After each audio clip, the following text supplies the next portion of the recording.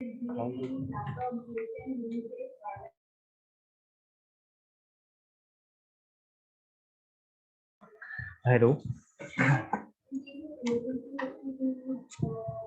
Okay sir, good morning.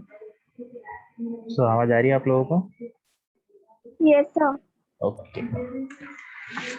सो आज हम देखते हैं कंस्ट्रक्टर।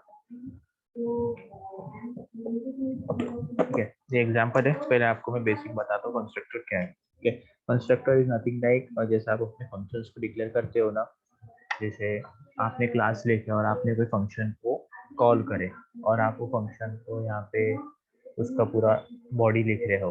तो फंक्शन में फर्क क्या रहता है कि फंक्शन में आप यहाँ पे एक रिटर्न टाइप देते हो। यहाँ पे आप इंट लिखोगे, है ना, या फिर यहाँ पे आप वॉइड लिखोगे, रिटर्न टाइप दोगे आप कोई भी फंक्शन को। तो कंस्ट्रक्टर में क्या फर्क रहता है कि आपको कंस्ट्रक्टर में रिटर्न टाइप नहीं देना है। ये एक सबसे बड़ा डिफरेंस है कि कंस्ट्रक्टर में आपको रिटर्न टाइप नहीं देना है, कोई भी रिटर्न टाइप हो, या फिर आप उसमें वॉइड भी नहीं दे सकते। मतलब जैसा आपका क्लास का नाम है सेम आपका कंस्ट्रक्टर का नाम भी रहेगा। अब कंस्ट्रक्टर अगर आपको पहचानना है तो उसके लिए सबसे इजी तरीका ये है कि सबसे पहले आप देखो कि आपकी क्लास का नाम क्या है। आपकी क्लास का नाम क्या है? व्हीकल। अब व्हीकल नाम का कोई आपके इसमें फंक्शन है क्या विदाउट एनी रिटर्न टाइप? सो व्हीकल नाम क्या, आपके पास कितने फंक्शन है? दो फंक्शन है, एक व्हीकल ये है और एक व्हीकल ये है। ठीक है, पर इसमें आपके पास कोई भी रिटर्न टाइप है क्या? आपके पास कोई भी रिटर्न टाइप नहीं है। तो इसका मतलब क्या हो गया, ये व्हीकल फर्स्ट वाला और ये सेकंड वाला व्हीकल, ये है आपके कंस्ट्रक्टर। ठीक है, अब आप बोलोगे कि ये कंस्ट्रक्टर को कॉल करना है, तो कॉल करने के लिए तो हमें ऑब्जेक्ट क्रिएट करना पड़ेगा।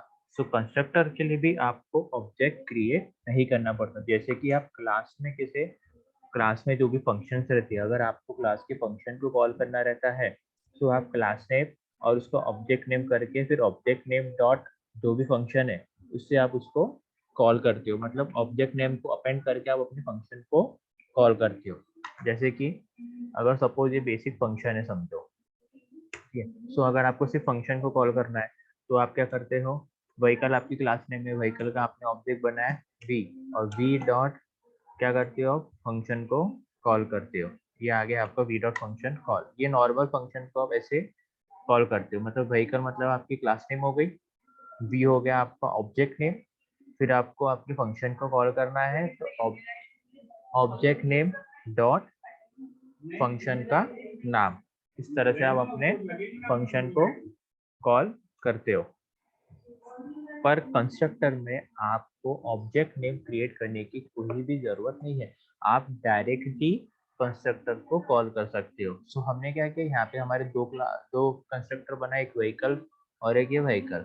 एक, अब मैं बताता हूँ ये दोनों में फर्क क्या है आगे जाके। तो अब हमने इसको कैसे कॉल किया, directly vehicle bracket open close और व्हीकल, और इसमें हमने इनपुट पास किया है और इसे हमने इस तरह से हम इसको क्या कर रहे हैं, कॉल कर रहे हैं। इसमें हमने कोई भी उसका ऑब्जेक्ट क्रिएट नहीं किया है, ना ही हमने क्लास लाइन का कोई ऑब्जेक्ट क्रिएट करके हमने कंस्ट्रक्टर को कॉल किया। हमने डायरेक्टली जो भी हमारा कंस्ट्रक्टर का नाम है उसको लिखा है एंड हमने उसको कॉल किया, वो ऑटोमेटिकली कॉल हो जाता है।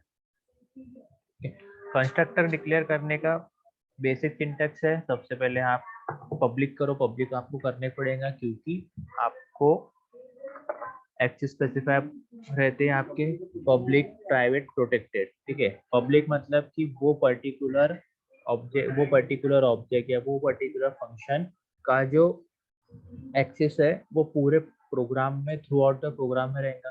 प्राइवेट मतलब मैंने आपको बताया था कि एक पर्टिकुलर क्लास में ही रहेगा उसका, और प्रोटेक्टेड मतलब कि जब आपको इनहेरिटेंस का कंसेप्ट यूज करना रहता है तब आप प्रोटेक्टेड यूज करते हो, ताकि आपका जो बेस क्लास के जो कोई ऑब्जेक्ट या कोई फंक्शन है उसको आप अपने डिराइव क्लास में यूज कर सके।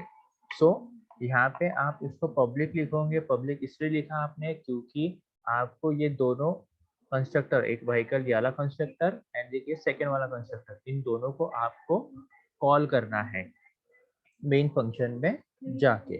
सो इसलिए आपने इसको यहाँ पे पब्लिक लिखा।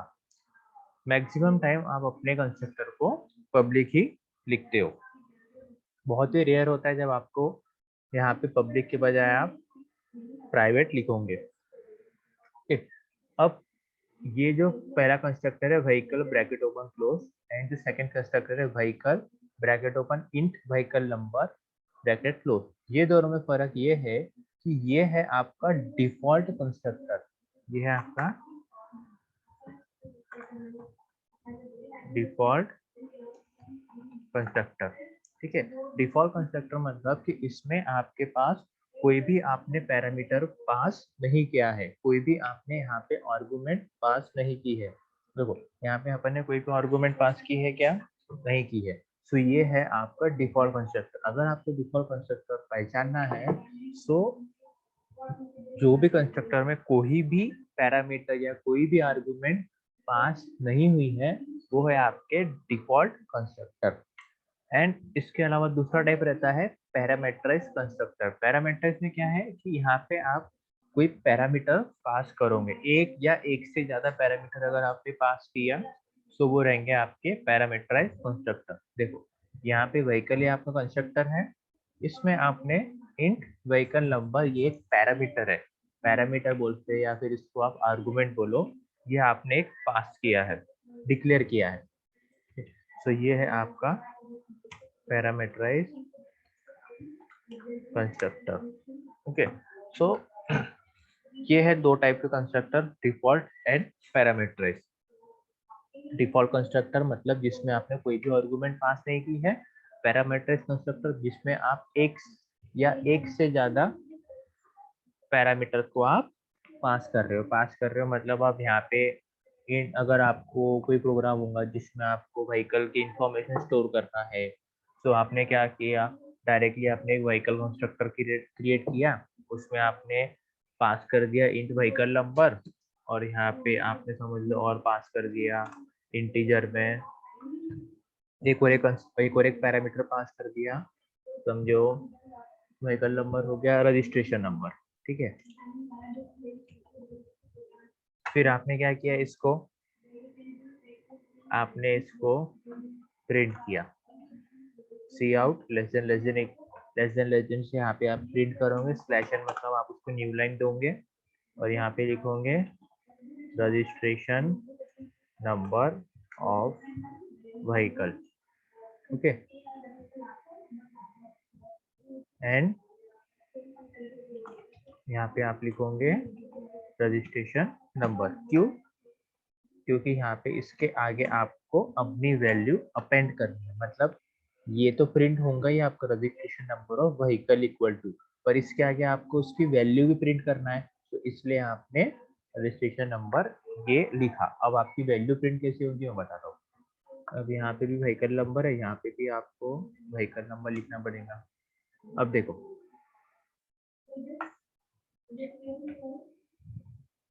हाँ, यहाँ पे अब आपने पैरामीटराइज कंस्ट्रक्टर में क्या लिखा, vehicle int vehicle number int registration number.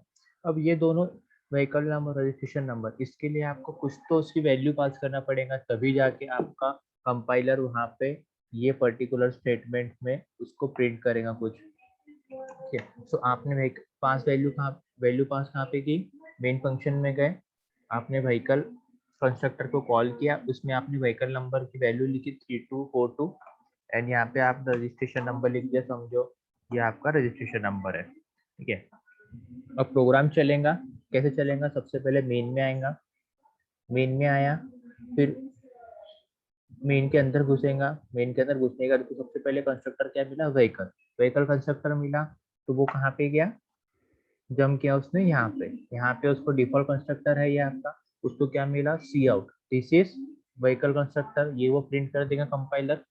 फिर उसको क्या मिला, ये लाइन डॉटेड लाइन, फिर ये वो प्रिंट कर देगा ब्रैकेट क्लोज, देन वो जंप करेगा, बाहर आएगा, फिर वापस वो सेकंड स्टेटमेंट में आएगा।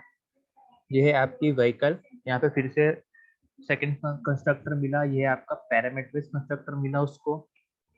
यहाँ पे व्हीकल में कितनी आपने दो आर्गुमेंट पास करी है, दो वैल्यू पास करी है, एक पहला वैल्यू कौन सी है, व्हीकल नंबर, और दूसरा कौन सी है आपकी रजिस्ट्रेशन नंबर।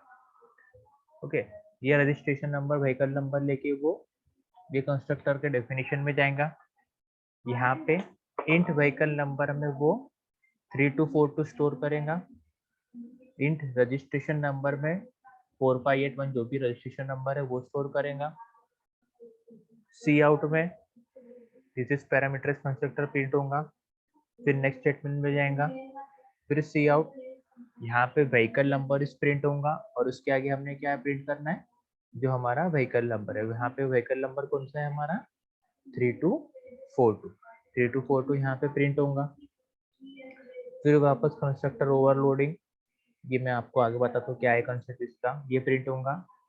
फिर वापस सी आउट में registration number of vehicle and registration number जो आपने यहाँ पे ये पास किया है वो आप उसको इक्वल टू के आगे प्रिंट करा रहे हो। चलो इसको रन करके देखते हैं क्या एरर आ रहा है। देखो एरर क्या आया, यहाँ पे अपन ने सेमीकोलन नहीं लगाया।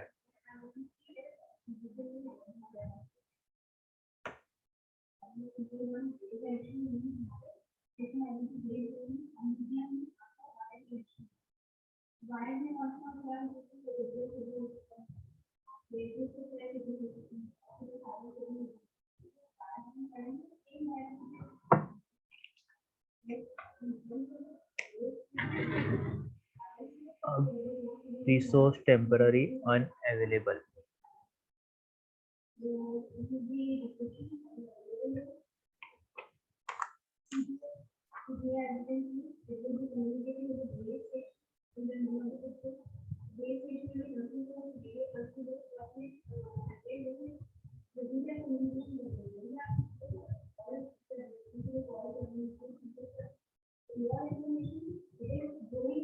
और इंटमेंट के पहले जो कॉलन लगा है उसके उसमें सेमीकोलन लगा है शायद वो। हाँ वो लगाना पड़ता है क्योंकि सी प्लस प्लस में है ना, वहाँ पे सेमीकोलन लगाना ही पड़ेगा। अगर आप यहाँ पे सेमीकोलन नहीं लाओगे ना तो भी वो एरर देगा। फिर भी हम देखते हैं एक बार चेक करके। देखो expected semicolon after class definition, समझे? Yes, sir. हाँ सो ये सेमीकोलन आपको लगाना ही है। आ गया, क्लियर हुआ ये एग्जांपल? Yes, sir. ठीक है, तो ये है आपके डिफॉल्ट एंड पैरामीटराइज्ड कंस्ट्रक्टर, ये आपको आउटपुट आ गया है।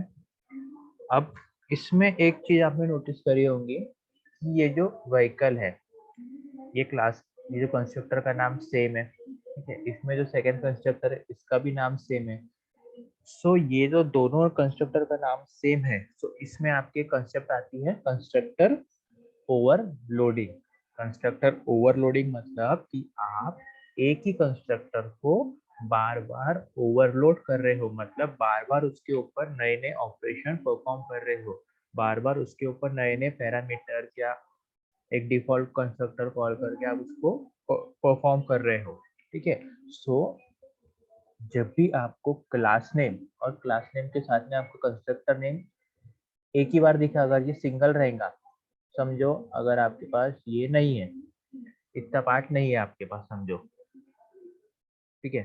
सो यहाँ पे कंस्ट्रक्टर ओवरलोडिंग का कंसेप्ट नहीं आएगा क्योंकि यहाँ पे आपके पास सिंगल कंस्ट्रक्टर ही है व्हीकल नाम का। पर यहाँ पे अब क्या है, यहाँ पे आपके पास दो कंस्ट्रक्टर है और दोनों कंस्ट्रक्टर का नाम क्या है, सेम है। सो ये हो गया आपका कंस्ट्रक्टर ओवरलोडिंग, मतलब providing more than one constructor in a class is called constructor overloading. Okay, so ये है आपका कंस्ट्रक्टर ओवरलोडिंग का कंसेप्ट। ये जस्ट बेसिक थ्योरी वेरी में पूछा जाएगा आपको, बाकी इसका प्रोग्रामिंग तो यही है आपकी। अब ये पूरे पर्टिकुलर एक सिंगल प्रोग्राम में हमने कंस्ट्रक्टर डिफाइन किया, उसको इनिशियलाइज किया, उसको कॉल भी किया, डिफॉल्ट कंस्ट्रक्टर भी देखे हमने, इसमें पैरामीटराइज्ड कंस्ट्रक्टर भी देख लिया, इसमें हमने कंस्ट्रक्टर ओवरलोडिंग का कंसेप्ट भी देख लिया। सो ये है आपका टोटल कंस्ट्रक्टर। अब कल की क्लास में हम देखेंगे कि कॉपी कंस्ट्रक्टर क्या रहता है and array as an constructor क्या रहता है। तो इतने पार्ट में किसी को डिफिकल्टी है? No sir. Okay, no sir. तो चलो ठीक है, सो कल मिलते हैं, ठीक है, so thank you. Thank you sir.